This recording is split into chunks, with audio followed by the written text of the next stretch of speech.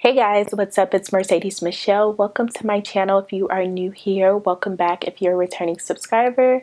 Today we are going to be discussing breaking generational cycles, generational curses, those repetitive cycles that continue to happen in your family generation on top of generation.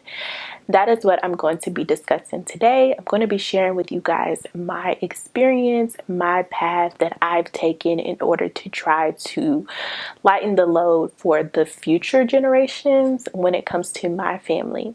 So this is going to be a very in-depth video. I'm going to get very personal with you guys, and you'll get a glimpse of who I am, kind of my childhood and upbringing. And hopefully at the end of the day, this video inspires you to get up and break those same cycles that your family may be experiencing, and let you be the one to break those curses and stop those bad habits. So I hope this video is helpful. Don't forget, before you go, make sure you subscribe, hit that notification bell if you have not already. But let's get right into the video. Alright guys, so at a very young age, I came to the realization that my family was suffering and we were experiencing something that at the time I could not pinpoint.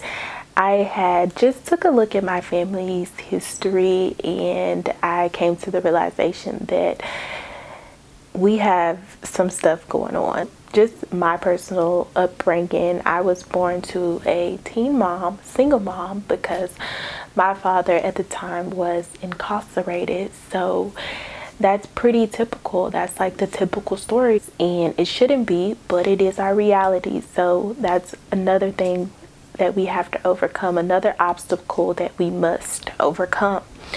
And that was the first strike against me. So with that, I just took a look at my family lineage and I kept realizing certain things, certain patterns that we would go through, or certain things that I would witness. A lot of my family members were in and out of jail, in and out of prison. I can tell you about 75% of my family has seen a jail cell, and that's probably being nice. And it's scary to think about. It's like, are we cursed? Like, what's going on? Like, do we just love jail? Like, what is it? And I just personally knew for myself, I did not want that. I knew that I did not want to be on that side of our family history. So at a very young age, I made a vow to myself that I was going to be successful. How? I did not know. I didn't have any special talents. I couldn't sing, dance, rap. I couldn't play any type of sports. It wasn't very athletic. But I knew that if I stayed on top of certain things and I got through school, because school was just going to be my way out. I was one of those kids who never had an issue with school. I always made good grades, honor roll student. It was never just hard for me. But I wasn't just brilliant. I wasn't smart. I wasn't in, top tier of my classes. But I got by. If I ever brung home a C, my mom would probably look at me crazy, like, girl, what's going on with you? But it wasn't like, don't bring home no C's or D's. No, because I had brothers, and trust me, they report cards. Love them to death, but school just was not for them. So with that said, I am the third child out of 4 kids. I have 3 brothers. I'm the only girl.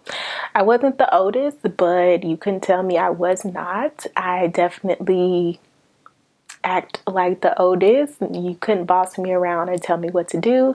My brothers would tell you that. And I guess that's where my leadership skills developed. And I knew very early on that I was not a follower. You couldn't persuade me to do something that I did not want to do.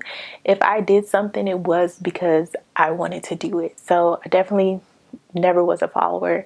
Even though I had these types of traits and characteristics, I wasn't a difficult child. I wasn't, a bully or anything of that nature. I just kind of went down my own path. I did my own thing, and if you were going to do it, you were going to do it. I wasn't going to tell you to do it, but if you wanted to do it, you could do it. Like, I didn't really care what other people were doing. And I've always been like that, and I'm still like that. But I learned very early on that I was just walking down my own path, trying to find my own way. And with that, it kind of led me to where I am today. I've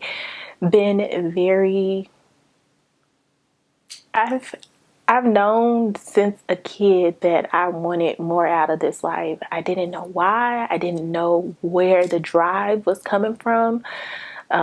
Because a lot of times we are what we know. You know, if you come from this environment is all you know. So how do you know to do better? I don't know. But maybe it was through television shows I watched and I seen how they lived and acted.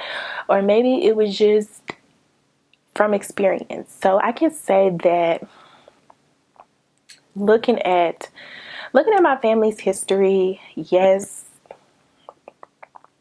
you know, it's full of bad habits and generational curses and cycles that you just be like, they're just stuck. They're stuck in their mindsets. They're stuck in this environment and they don't know how to get out. For me, I believe I had a mom who kind of had the same thinking as me, but she still had her own, you know, problems and issues that she had to overcome. But I feel like she set up the foundation for me to be the one to break those cycles, to break those generational curses. Because although we weren't always in the best environment, she tried to make sure that we had everything that we needed, that we did get afforded the better things in life. Even though we didn't have a lot, we always had what we needed. And I think it was because she was trying to get out of that environment. Like, we moved away from our hometown. So I was very young when my mom decided to move cities with us. I want to say in the first, second grade when we up and left our hometown and moved to a new city where we knew nobody. My mom didn't know anyone, but she was trying to escape those family curses and family habits. She was trying to get out of that, and it put us in a better environment by doing so, because we weren't stuck in that same environment. Even though we still seen our family, we still, you know, visited them, we still seen our reality, she did try to, I guess, shield us from it as much as she knew how. Because again, she is a product of her own environment. So that helped me even more, because it allowed me to say, okay, my mom opened this door. Now let me walk through it and let me open up some more doors for the next generation, my children, my nieces, my nephews. And that's kind of how I got started on this path. So for me, looking at my mom, you know, single mom, young mom, been a mom her whole life basically, I didn't want that. But I did become a young mom, a product of my environment, to what I knew. But I wasn't a teen mom, barely made it, but wasn't a teen mom. And that was one cycle I broke early, because most people in my family got pregnant at 16. So when I passed 16, everybody was like, you don't have no kids? No, because it was normal. Graduated high school, first to graduate high school, not the oldest grandchild, but the first to graduate high school. And that was something that I did because I think I knew I always wanted more, right? So as a child, I wanted more, but I needed a extra push. I needed the drive to really, you know, get things going and get things started for me. I believe, like, I take my grandmother, for example, and I seen how her life planned out. She was happy, but I always wonder, was she truly, truly happy? Like, was she truly happy? She never traveled. She never left Texas. She never drove a car. She never got married. And it was those things that always lingered in my mind. Like, was she truly happy? And I guess that gave me the drive I needed because I wanted to make her happy. I wanted her to look down on me and know that I accomplished a lot of these things with her help, a lot of these things with her guidance, because I lost my grandmother at 16, and that was a hard loss for me. One of the hardest losses I've ever taken in my life. And at 16, you're not really knowing how to deal with emotions because you never had to deal with these types of emotions. When I say that was like the first loss I've ever experienced in life, that was the first loss. And I was always making these promises. Oh, grandma, I can't wait to get my license. I'm going to take you everywhere. We're going to go everywhere. We're going to be driving everywhere. And knowing that she passed away like 5 days after my 16th birthday, I was never able to get my license, never able to drive her around like I promised. So I set out on this journey to graduate high school, go to college, graduate college, and do these things because no one had done them. Like, I cannot tell you one successful person in my family. I don't know a doctor. I don't know a lawyer. I don't know a nurse. I personally don't know if they exist in my family. I've never met them. If we share the same blood, I've never met them. I don't know anyone who holds a college degree. So my journey was very lonely. And it wasn't because no one cared or anything of that nature. It's just they didn't understand because it was foreign to them. Like, oh, you going to college? Okay. Oh, all they knew is work. That's all they knew. So me going to college, I didn't have anyone holding my hand, telling me how to get student loans or fill out FAFSA, get scholarships. I didn't have that. So it was all trial and error, figure it out as you go. But I knew I did not want to succumb to my family's history. So I had to do what I had to do. And they say it's lonely at the top. It was lonely, but I got it done. And it took me a while because I faced my own obstacles. I went through my own mistakes that many of us are going to go through on this life journey. A lot of it dealing with family history. I became pregnant at 20, had a child. That was not a part of my plan. That was something that I fought against, but love my daughter to death, and she's here. And I kept going. I didn't let that hold me back and stop me and give up because, oh, I failed. No, I just kept going. And I knew I had to really break these curses and cycles because I had this child that I now had to provide for, and hoped that these bad habits and family cycles did not affect her the way they've affected so many of us. So I haven't even looked at my notes, y'all. I'm probably missing a whole bunch of stuff. Okay, so yeah, basically, just how do you break those cycles? Like, how do you deal with it? You really have to acknowledge that they're there, acknowledge what your family lineage is, and know certain things are not acceptable. And this is not how this is supposed to be.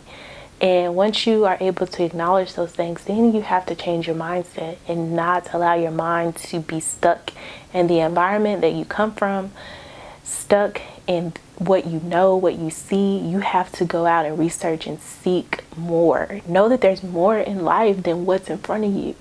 And I think that's the biggest issue in my family. Like, do y'all know that there's so much world out here, so much more world than where you come from? But if I have to be the one to, break the curse, break the cycle, then I'll be that so that my nieces, my nephews, my children don't have to. And that's the biggest thing here. Now that I'm older, that's the main thing. Like, I will work hard so that they don't have to go through what we've experienced, what we've dealt with. And I still have a long ways to go. I'm still learning. I'm still growing. I'm still going through the motion. I'm still trying to break cycles every single day when it comes to my parenting, how I speak, how I acknowledge others, how I come in a room and, greet people. These are things that I'm having to relearn. And every day is a learning curve for me because I don't come from the same family you come from, and you don't come from the same family I come from. And I feel like that's a lot of issues amongst adults communicating and understanding that our upbringing and our lifestyles are so different. Even though we look alike, we're very different. So I hope you guys understand that you can be the one to break these cycles, to do better and become better.